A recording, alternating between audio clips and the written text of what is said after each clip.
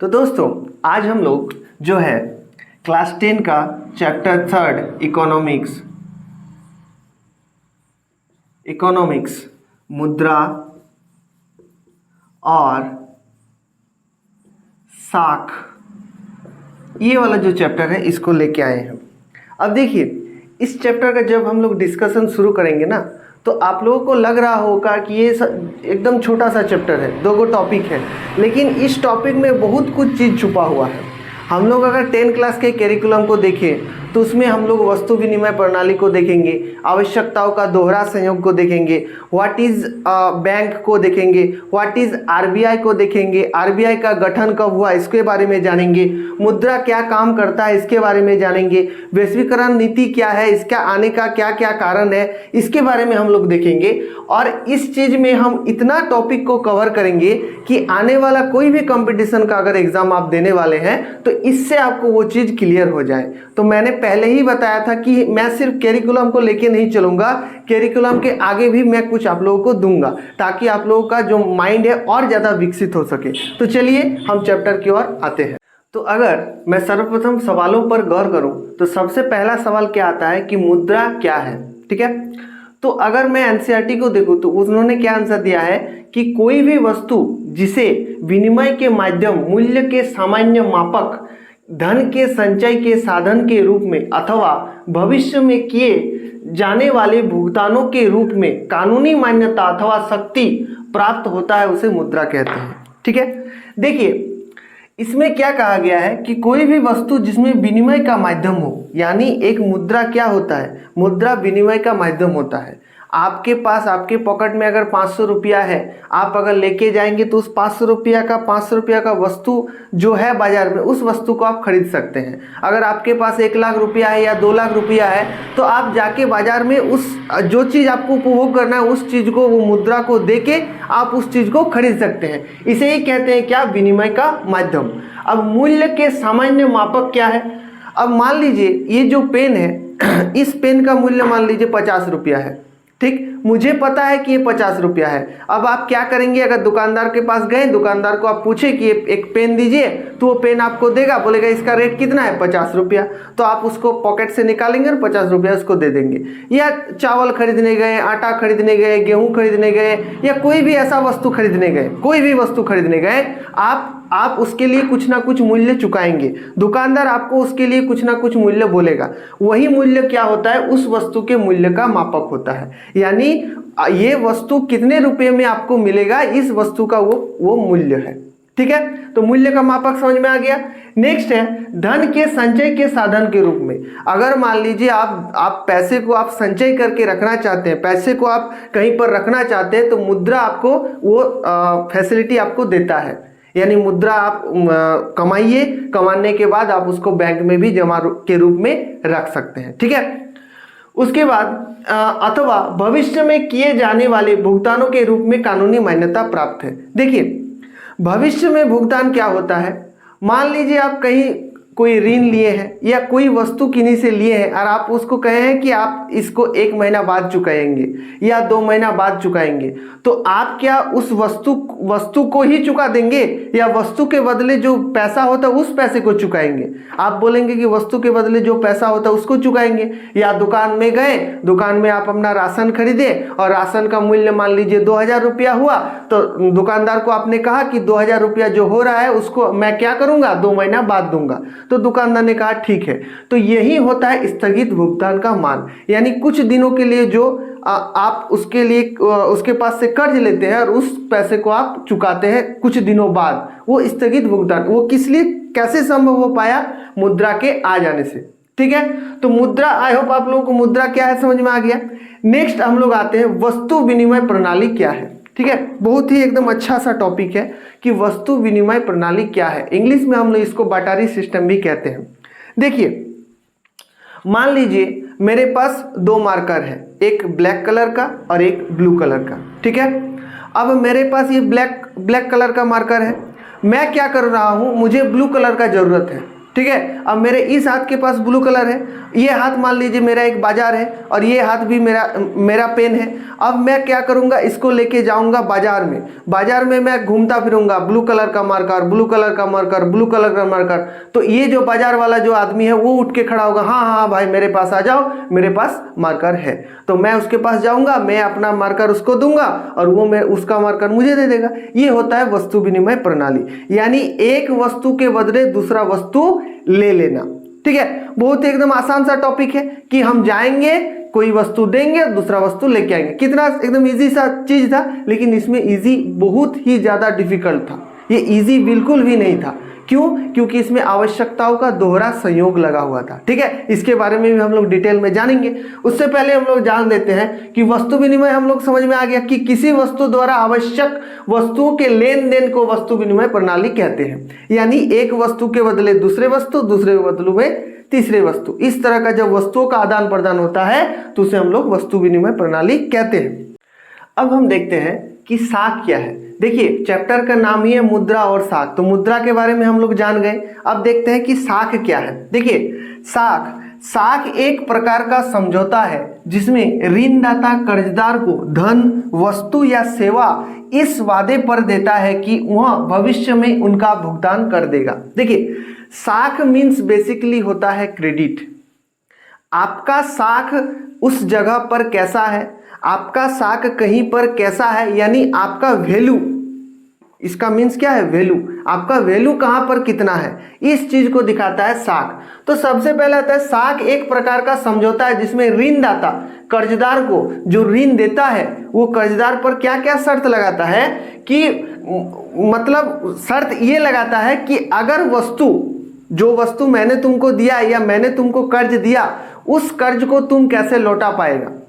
ठीक है, उस लौटाने के एवज पर वो उससे हो सकता है कि जमीन का कागजात ले ले, या हो सकता है कि सोना गिरवी रख ले, या कोई ऐसा वस्तु गिरवी रख ले उसके पास जिसके बदौलत वो पैसे का अदायगी कर पाए। तो अगर मान लीजिए आप बैंक से ऋण लेते हैं, तो बैंक से ऋण लेने के बाद बैंक में कुछ ना कुछ आपको ब्याज चढ़ाता है। मान लीजिए आप 2 लाख रुपया ऋण लिए, तो महीना में आपको बोलेगा कि 1500 रुपया देना है या 1000 रुपया आपको महीना देना है। अब हर महीना आपका 1000 रुपया बैंक से डिडक्टेड हो रहा है, काट रहा है हर महीना कटता गया, आपका जो है लोन 2 साल में या 3 साल में समाप्त हो गया। ठीक है, तो इससे बैंक में आपका क्रेडिट जो है, साख जो है ना, वो हाई हो गया। इसके बाद आप कभी भी दौड़ के बैंक जाएंगे ना, तो बैंक मैनेजर आपको एकदम चेयर लगा के बोलेगा, बाबू आ जाओ, कितना आपको लोन चाहिए बताइए। क्योंकि उसको पता है कि आपने जो है ऋण को चुकाया है, और ऋण को चुकाने का मतलब बैंक के पास एक अच्छा ग्राहक हो जाना। ठीक है, बैंक हमेशा चाहता है कि मैं ज्यादा से ज्यादा ऋण दे सकूं। ठीक है, लेकिन बैंक ऋण क्यों नहीं देना चाहता, बैंक क्यों ऋण दे नहीं सकता है और ज्यादा लोगों को ऋण नहीं देता? क्योंकि उसको डर है कि मैं अगर किसी को ऋण दूं और वो ऋण को डुबा दे, यानी उसको चुका ना पाए, तो मेरा पूरा पैसा क्या हो जाएगा, गायब हो जाएगा। इसलिए बैंक ऋण देना नहीं चाहता सबको। हाँ, अगर आपका क्रेडिट अच्छा है, आप एक बार लोन लिए उसको चुका दिए हैं, 2 बार लिए हैं उसको भी चुका दिए हैं, फिर लिए हैं उसको भी चुका दिए हैं, तो आपका क्रेडिट बैंक में हाई हो जाएगा। आप अपने बदौलत किसी को ऋण दिलवा सकते हैं, इतना आपका क्रेडिट हो जाता है बैंक में। तो साख आपको क्रेडिट को दिखाता है, यानी आपका ओहदा कितना है, ये चाहे समाज में हो, चाहे बैंक में हो, या किसी और जगह पर हो। ये साख का मेन उद्देश्य है। दूसरा है मुद्रा का कार्य क्या क्या है। ठीक है, अभी मैंने बताया कि मुद्रा क्या क्या होता है। अब मुद्रा का कार्य को हम देख लेते हैं। सबसे पहले आता है मूल्य का मापक। हम लोग यहाँ भी देखे हैं कि कोई भी वस्तु अगर खरीदते हैं तो उस वस्तु का कितना मूल्य होना चाहिए, मुद्रा द्वारा तय होता है। दूसरा है विनिमय का माध्यम, यानी किसी चीज को हम खरीदने जाएंगे तो उसके बदले हम रुपया देते हैं, डॉलर देते हैं, जहां जहां का जैसा करेंसी उसको देते हैं, वो होता है विनिमय का माध्यम। नेक्स्ट है मूल्य का संचय। मूल्य का संचय क्या होता है, अभी आपको बताया कि अगर आप पैसा कमाते हैं उस पैसे को बैंक में जमा के रूप में रख सकते हैं। नेक्स्ट है स्थगित भुगतान का मान, यानी कुछ दिनों के लिए आप कर्ज लेते हैं, कर्ज लेने के बाद उस पैसे को आप कुछ दिनों बाद दे देते हैं। अब हम देखेंगे कि वस्तु विनिमय प्रणाली की कठिनाइयाँ क्या क्या है। ठीक है, हमने जाना कि वस्तु विनिमय प्रणाली होता क्या है। अब हम देखेंगे कि इसकी कठिनाइयाँ क्या क्या होती है। सर्वप्रथम कठिनाइयाँ तो आता है मूल्य के इकाई का अभाव। ठीक है। मूल्य का इकाई का अभाव क्या होता है, मान लीजिए मेरे पास एक ये वाटर बोतल है, ठीक। अब इस वाटर बोतल का कुछ ना कुछ मूल्य जरूर होगा। अगर आज के हम दिन में अगर हम बाजार जाएं और बोले कि ये वाटर बोतल मुझे खरीदना है, तो हो सकता है कि आपको 15 रुपया 20 रुपया उसका मूल्य चुकाना पड़े। तो इससे आपको पता चल जाएगा कि इसका वाटर बोतल का कितना मूल्य है, 15 रुपया। कोई अगर आपसे पूछे कि ये वाटर बोतल कितना लिया, तो आप बोल सकते हैं कि 15 रुपया। लेकिन अगर वस्तु विनिमय प्रणाली में अगर आप इस बोतल के बदले कोई चीज़ लेके आए हैं या किसी चीज़ को दे के आप ये बोतल को खरीद के लाए हैं, तो क्या आप बता सकते हैं कि इसका मूल्य कितना है। तो अब आपसे पूछेगा कि इसका मूल्य कितना है, 1 किलो गेहूं। आपसे पूछेगा कि इसका मूल्य कितना है, 1 किलो चीनी, ऐसे बताएंगे। तो ये क्या सही मूल्य हुआ, नहीं हुआ। तो ये होता है मूल्य के इकाई का अभाव, ठीक है। अब देखिए, मूल्य की इकाई के अभाव के कारण और भी बहुत सारा कठिनाइयां आता है। क्या कि किसी चीज का मूल्य कितना है इसका पता लगा पाना। इसका मूल्य मुझे अभी के बाजार में 20 रुपया मान लीजिए है, मुझे पता चल गया कि इसका मूल्य 20 रुपया है। मैं कहीं भी जाऊं ये 20 रुपया में मिलेगा। हो सकता है कि ऊपर नीचे थोड़ा बहुत हो, लेकिन ये कहीं भी मैं जाऊं तो वो 20 रुपया के आसपास ही मुझे मिलेगा।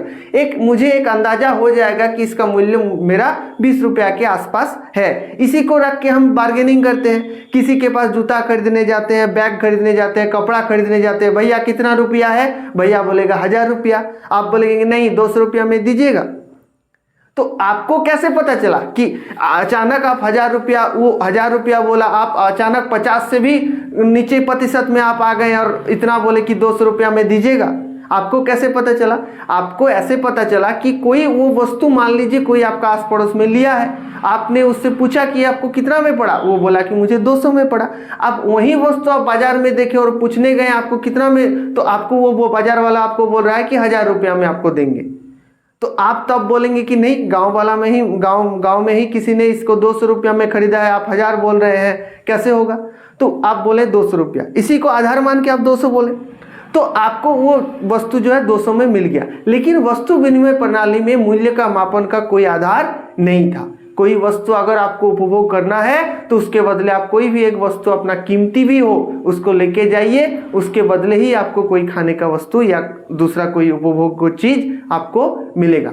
नेक्स्ट आते हैं आवश्यकताओं का दोहरा सहयोग, सबसे इंपॉर्टेंट चीज है। देखिए, मान लीजिए मेरे पास एक ये बोतल है और ये एक सैनिटाइजर का बोतल है, ठीक। अब मैं क्या कर रहा हूं, इस बोतल को मैं बाजार की ओर ले जा रहा हूं, ठीक है। और इस बोतल को देके मुझे क्या चाहिए, एक वाटर बोतल चाहिए। अब मैं बाजार गया घूम के और बाजार में चिल्ला रहा हूँ सैनिटाइजर है मेरे पास, सैनिटाइजर है मेरे पास, सैनिटाइजर के बदले में कौन मुझे वाटर बोतल देगा, कौन मुझे वाटर बोतल देगा। अब सब मेरा मुंह टुकुर टुकुर ताक रहा है, कोई बोल ही नहीं रहा है। तब मैं सबके सामने, भाई मेरा सैनिटाइजर तुम लोगे, वो बोल रहा है कि नहीं मैं तो नहीं लूंगा। और किसी के पास जा रहा हूँ, मेरा सैनिटाइजर तुम लोगे, वो भी बोल रहा है कि नहीं मैं तो नहीं लूंगा। तो अगर मान लीजिए कोई मिल भी गया, मैं पूछ रहा हूँ कि सैनिटाइजर लोगे, बोलता हाँ दे दो मुझे। तो मैं उसके पास गया, बोला कि लो सैनिटाइजर। अब वो सैनिटाइजर के बदले बोलेगा नहीं मेरे पास सैनिटाइजर तो नहीं है, सैनिटाइजर तुम मुझे दो, मैं तुमको ये डस्टर दूंगा। तो बोलेगा कि नहीं मुझे तो डस्टर का ज़रूरत नहीं है, मुझे तो वाटर बोतल का ज़रूरत है। तब जो व्यक्ति रहेगा वो बोलेगा मेरे पास तो वाटर बोतल है नहीं, तब तुम दूसरा किसी के पास ढूंढो। अब मैं ढूंढता फिरूंगा लेकिन मुझे कोई मिलेगा नहीं, तो मुझे निराशा ही घर लौट के आना पड़ेगा। यही होता है कि आवश्यकताओं का दोहरा संयोग, यानी कोई वस्तु मैं जो ले जा रहा हूँ, हो सकता है कि उस वस्तु के मुझे बदले जो मुझे चाहिए वो वस्तु बाजार में उपलब्ध हो ना, या फिर मैं वस्तु जो दे रहा हूँ, मैं जो वस्तु को किसी को दे रहा हूँ, उस वस्तु के बदले दूसरा कोई वस्तु मुझे प्राप्त हो रहा है, उस वस्तु का मुझे आवश्यकता नहीं है, ठीक है। इस तरह का समस्या किसमें आता है, वस्तु विनिमय प्रणाली में, और इसे ही आवश्यकताओं का दोहरा संयोग कहते हैं। नेक्स्ट है स्थगित भुगतान का मान। अभी मैंने मुद्रा में पढ़ा कि मुद्रा अगर मेरे पास हो तो स्थगित भुगतान का मान किया जा सकता है, लेकिन इसमें क्या होता है, स्थगित भुगतान का मान हम नहीं कर सकते।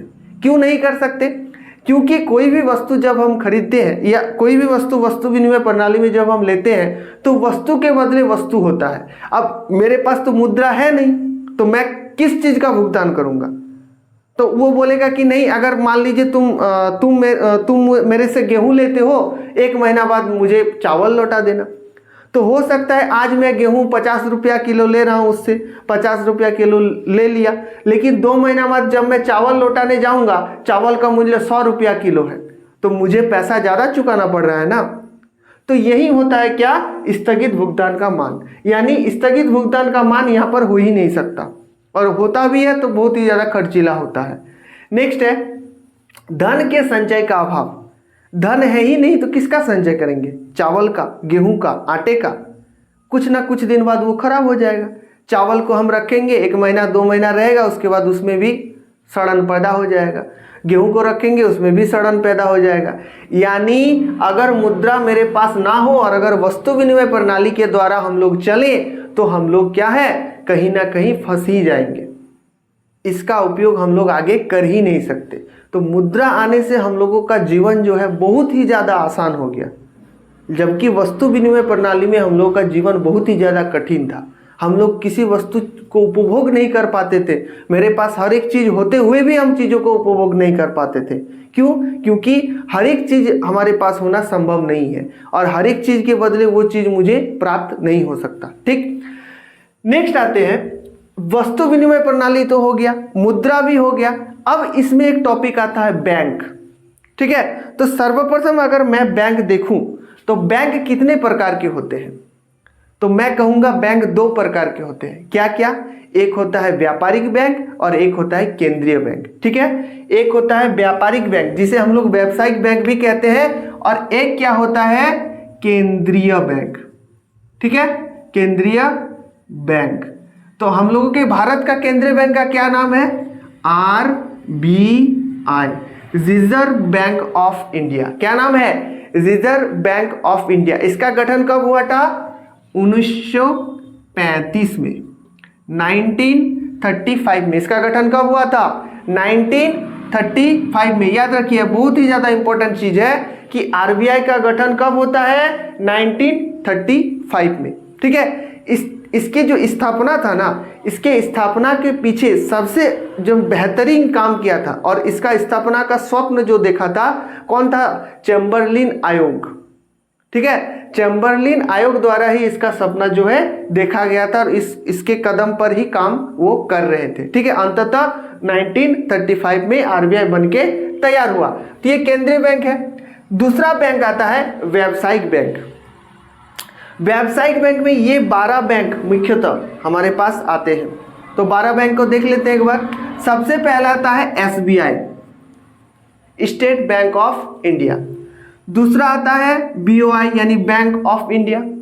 उसके बाद आता है बैंक ऑफ बड़ौदा, फिर आता है बैंक ऑफ महाराष्ट्र, फिर आता है यूनियन बैंक ऑफ इंडिया, फिर आता है यूको बैंक, फिर आता है PNB यानी पंजाब नेशनल बैंक, फिर आता है इंडियन ओवरसीज बैंक, फिर आता है सेंट्रल बैंक ऑफ इंडिया, फिर पंजाब एंड सिंध बैंक, फिर आता है इंडियन बैंक, फिर आता है कैनरा बैंक। ठीक है, ये 12 बैंक जो है ना, ये व्यावसायिक बैंक है। ये व्यावसायिक बैंक क्या क्या काम करते हैं और केंद्रीय बैंक क्या क्या काम करते हैं, इसके बारे में भी हम लोग डिटेल पूर्वक देखेंगे। सबसे पहले हम जान लेते हैं कि बैंक जो होता है उस एक विकास के लिए और किसी भी अर्थव्यवस्था के लिए सबसे महत्वपूर्ण चीज है। क्यों? क्योंकि बैंक में ही हम लोग पैसे का लेन देन होता है, बैंक में ही हम लोग अतिरिक्त पैसे को जाके जमा देते हैं, बैंक से ही हम लोगों को ऋण मिलता है। बैंक का सबसे मुख्य काम क्या होता है पता है? बैंक का सबसे मुख्य काम होता है ऋण देना। बैंक जब हमको ऋण देता है ना, तो हमारा अर्थव्यवस्था का धीरे धीरे धीरे धीरे क्या होता है, विकास होता है। क्योंकि सब व्यक्तियों के पास पैसा होना ये मुमकिन बात नहीं है, सभी अमीर होगा ये भी मुमकिन बात नहीं है। इसलिए बैंक क्या करता है, बैंक जो अमीर होता है और जो गरीब होता है ना, उनके पैसों के बीच मध्यस्थता स्थापित करता है। यानी दोनों को एक ही तराजू पर रखता है। अमीर से पैसा वो जमा के रूप में स्वीकार करता है और वही जमा पैसे को गरीब को ऋण में देता है। और बैंक कमाता कैसे है? अमीर से जो पैसा वो लेता है उसमें वो कम ब्याज देता है अमीर को, और जो ऋण के रूप में वही पैसा दूसरे को देता है उससे वो ज़्यादा पैसा लेता है, और इन्हीं के बीच वो पैसा को कमाता है। ठीक है, अगर बैंक अगर किसी भी अर्थव्यवस्था में बैंक ना हुआ तो क्या होगा, हम लोगों को पता है, हमारा विकास जो है धीरे धीरे ठप हो जाएगा।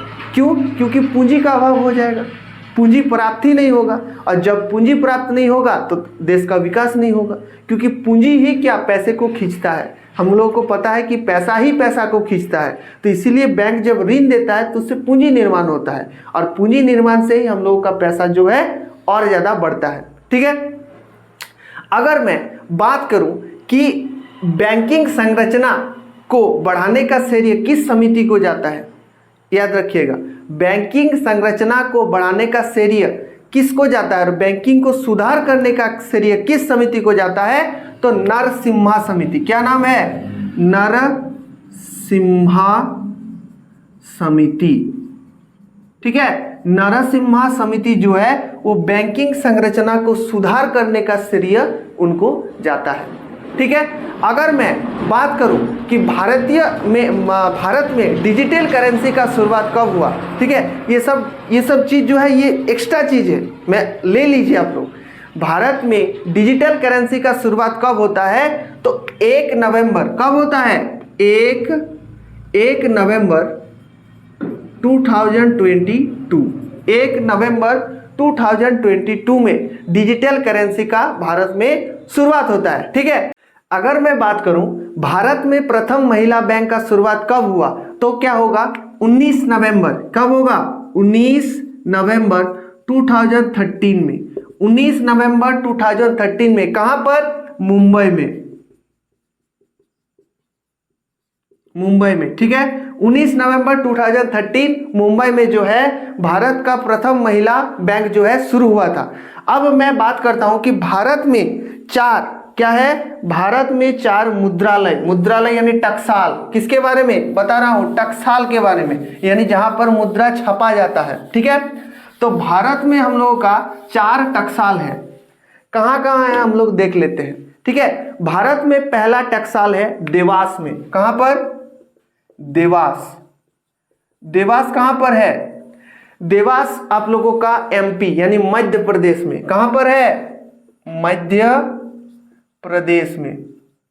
देवास आप लोगों का मध्य प्रदेश में है। दूसरा अगर मैं बात करूं तो नासिक में है। दूसरा कहां पर है? नासिक में। ठीक है, और नासिक कहां पर है? वो है महाराष्ट्र में। नासिक कहां पर है? महाराष्ट्र में। तीसरा अगर मैं बात करूं तो तीसरा कहां पर है? तीसरा मेरा मैसूर कर्नाटक में। कहां पर? मैसूर कर्नाटक में। मैसूर कर्नाटक। और चौथा जो है, चौथा मेरा वेस्ट बंगाल। कहां पर?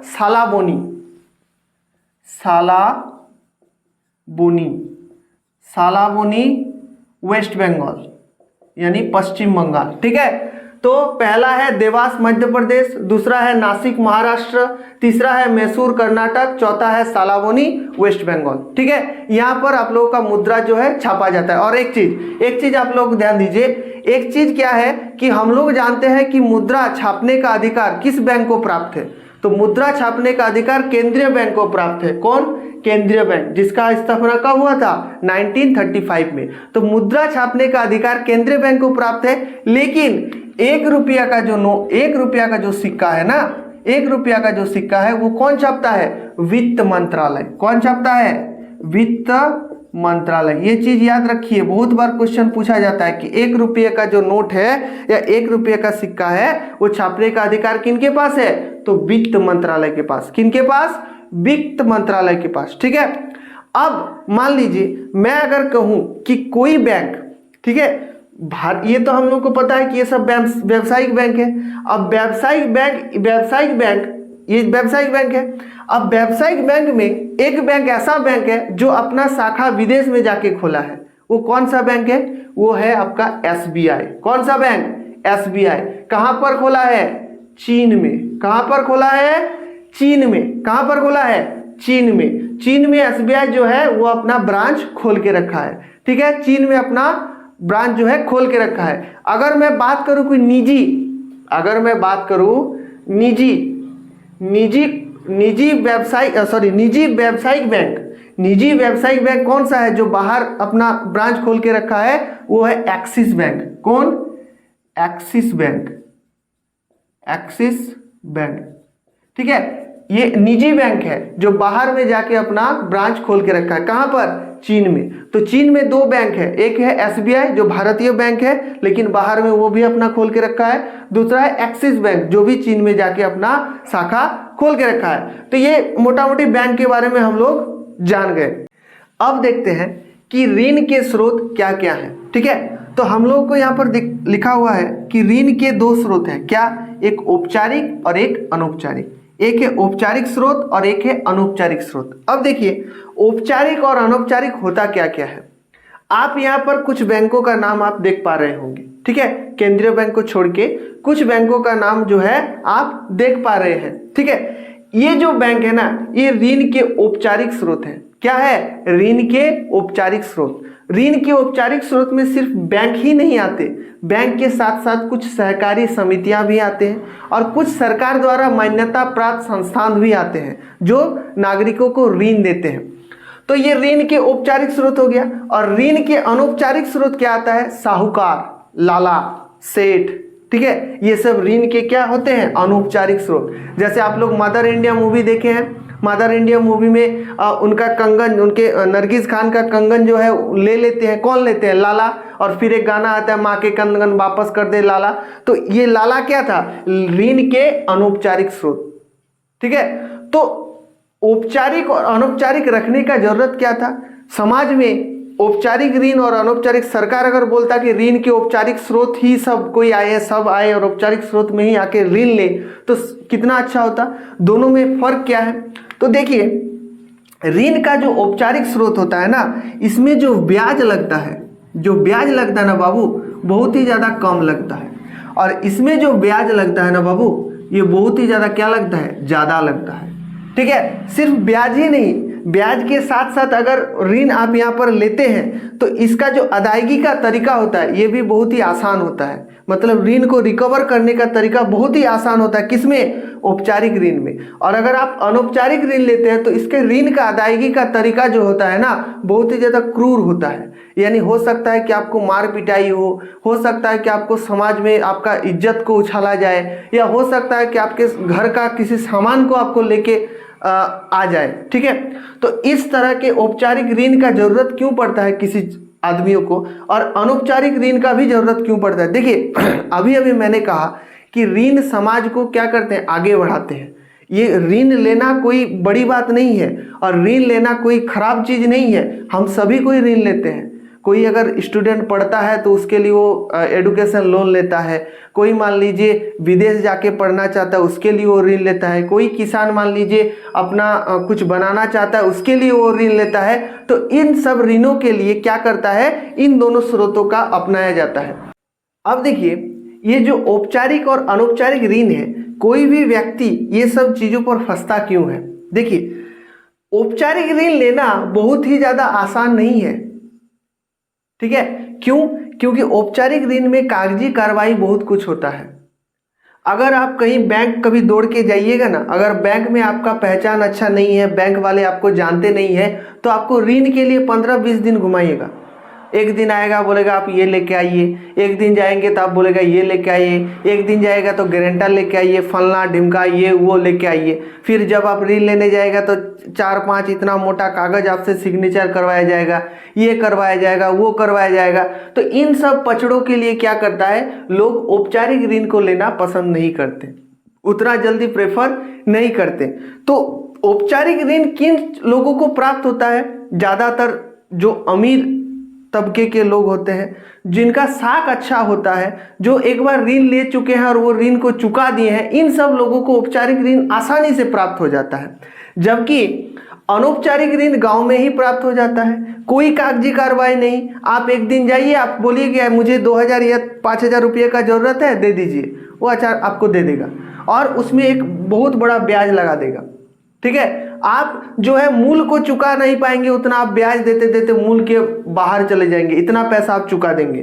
तो औपचारिक ऋण लेना बहुत ही ज्यादा डिफिकल्ट है, लेकिन अनौपचारिक ऋण जो है वो लेना बहुत ही ज़्यादा आसान है, लेकिन अनौपचारिक ऋण का अदायगी बहुत ही ज़्यादा कठिन है और औपचारिक ऋण का जो अदायगी है वो बहुत ही ज़्यादा आसान है। तो सरकार को और साथ ही साथ बैंक को ये देखना होगा कि ज़्यादा से ज़्यादा औपचारिक ऋण को बढ़ावा दिया जाए भारत में।